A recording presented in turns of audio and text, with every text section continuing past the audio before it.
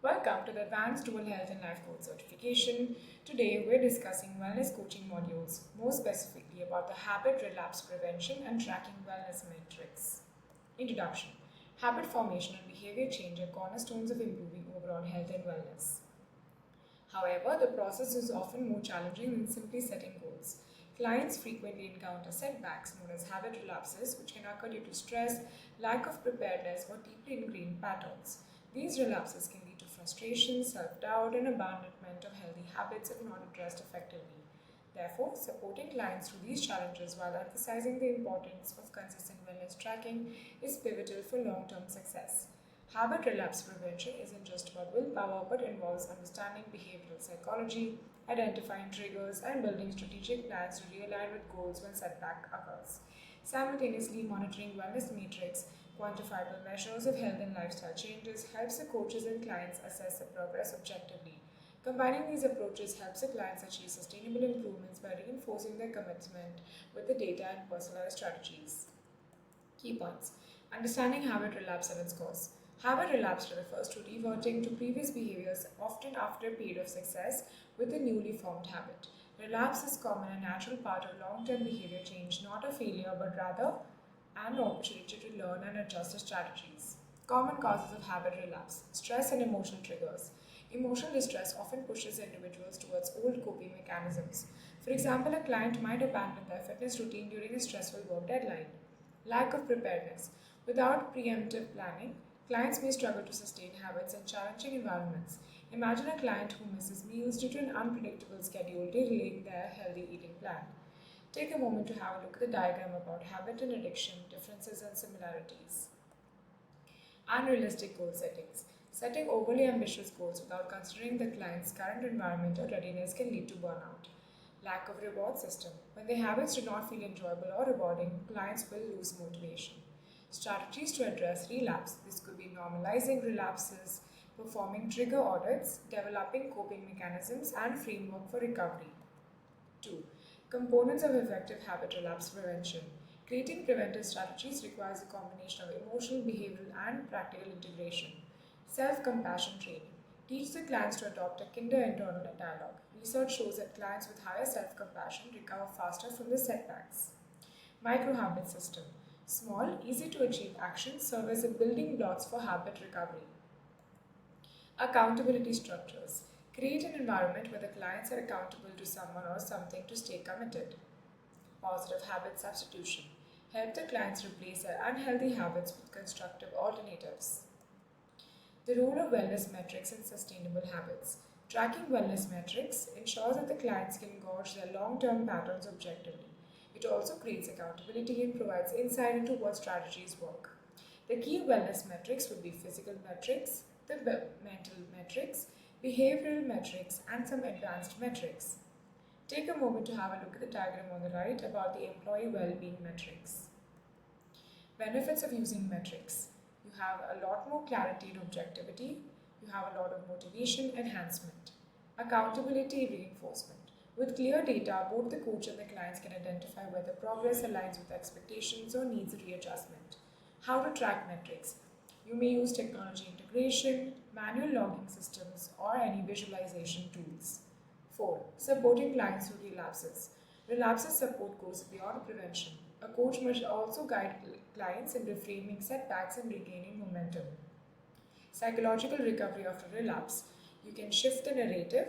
You can reframe the failure as feedback. You can do mindfulness practice with some grounding techniques. Behavioral tips to regain momentum. You need to start small again using micro goals. You can revisit the success stories again and ask the client to recall the times they bounced back before. And you can also enhance their social support and suggest clients to lean on their friends, family, or community groups. 5. Crafting measurable goals for consistency. A key part of relapse prevention and wellness tracking is setting SMART goals, which are specific, measurable, achievable, realistic, and time specific goals. Look at the diagram below for more details. Steps to create measurable goals. You need to identify the baseline and know where the client is starting from. Quantify the progress using specific metrics to define success. Set the time frames to ensure that the goals include deadlines and use checkpoints to break larger goals into smaller milestones with time. Tracking goal achievement. You can use simple charts or apps to show the improvements and regularly review the goal alignment in coaching sessions to assess the progress and make necessary adjustments. 6. Advanced strategies for long-term wellness. To take your coaching skills to the next level, consider these advanced techniques. Behavioral contracts, written agreements between the coach and the clients to solidify the commitment. Trigger mapping to create diagrams of possible temptations alongside the alternative behaviors. Self-tracking gamification. Turn the habit tracking into a competitive game, awarding points for maintaining the streaks. By integrating these methods and metrics, health coaches can empower the clients to sustain behavioral changes and see the measurable results in their wellness journey with time. Best practices for coaching. Effective coaching acts as guides, motivators, and accountability partners. Mastering the habit, relapse, and wellness tracking requires implementing these best practices. Let's have a look at some. Build a safe and non-judgmental space. The coaching relationship thrives in an environment where the client feels safe to discuss his setbacks. It's important because normalizing open communication fosters trust and collaboration. Using a trigger audit framework. To identify the triggers is essential to habit relapse prevention. You can work with clients to outline the situations that lead to setbacks. Example, you can create a trigger response plan listing each trigger with corresponding coping strategies. This allows the clients to anticipate and counter the high-risk situations. 3. Encourage micro-habit approaches. Clients often feel overwhelmed after relapse, so simplifying habits can really help rebuild their momentum. You can also say micro-habits lead to momentum, and what's the smallest step you can commit today to your client. These small wins inspire the clients to stay engaged. Integrate SMART goals. SMART goals make the habits a lot more actionable, and you can help the clients adjust the goals to fit the current circumstances. If traveling disrupts a fitness routine, you can modify the goals to emphasize simple stretching exercises. This is important as it creates clarity and consistency, laying down a clear roadmap towards success. Leveraging wellness metrics. This tracking progress through measurable data fosters motivation. Best practices for metric-based coaching is to introduce tracking methods the clients can easily adopt. Example, apps for monitoring steps, wearables like Fitbits for tracking sleep, and some graphs to show the behavioral trends with time. It matters as metrics offer concrete proof of growth, keeping the clients engaged. Reframing negative narratives. A significant habit lapse can lead to self-criticism, and your coach's goal is to shift the negative language to empowerment. So instead of saying you failed to stay on track, you can say, what can we adjust to make this work better for you?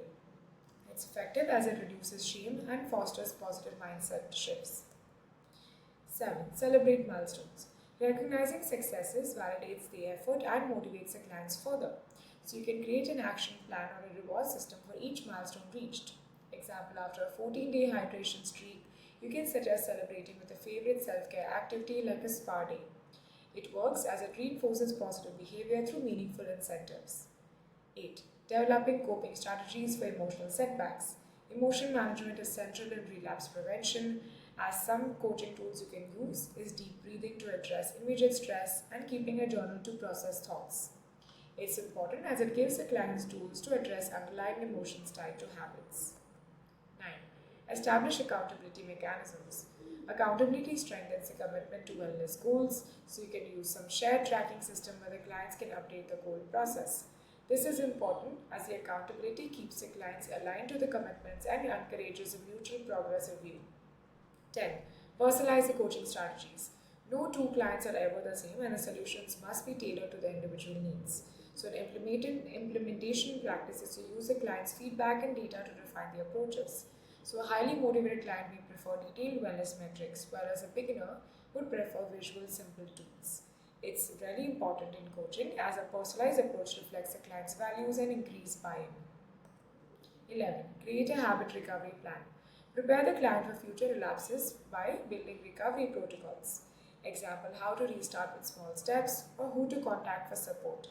These plans expedite recovery and reduce the emotional pressure when relapses happen. 12. Promote holistic wellness. Healthy habits, of course, extend beyond the physical goals, and some ideas you can use to encourage behaviors to balance those are using physical wellness through achievable fitness goals or emotional restoration via mindfulness. By adhering to these best practices, health coaches can form structured, adaptable strategies to prevent relapses and progress steadily towards the wellness objectives. Let's have a look at the summary table. Take a moment to have a look at table number 1, which looks at the common causes of habit relapse, the description, example, some impact, and a prevention strategy. Table number 2 looks at the components of effective habit relapse preventions, where we look at the components, the description, some examples, benefits, and the implementation. Table number 3 looks at the key wellness metrics for tracking. We have a look at the different types of metrics, examples, how to track, benefits of the clients, and some coaching applications. Table number 4 looks at the steps for supporting the clients through relapse. You can have a look at the different types of steps, description, example, why it matters, and how to do it. Table number 5 looks at the steps to create SMART goals for consistency. Let's have a look at some steps, description, example, why it's essential, and some practical implementation. Take a moment to have a look at question number 1 and 2 and try to answer without looking at the answer. Take a moment to have a look at question number 3 and 4. And take a moment to have a look at question number 5. Thank you.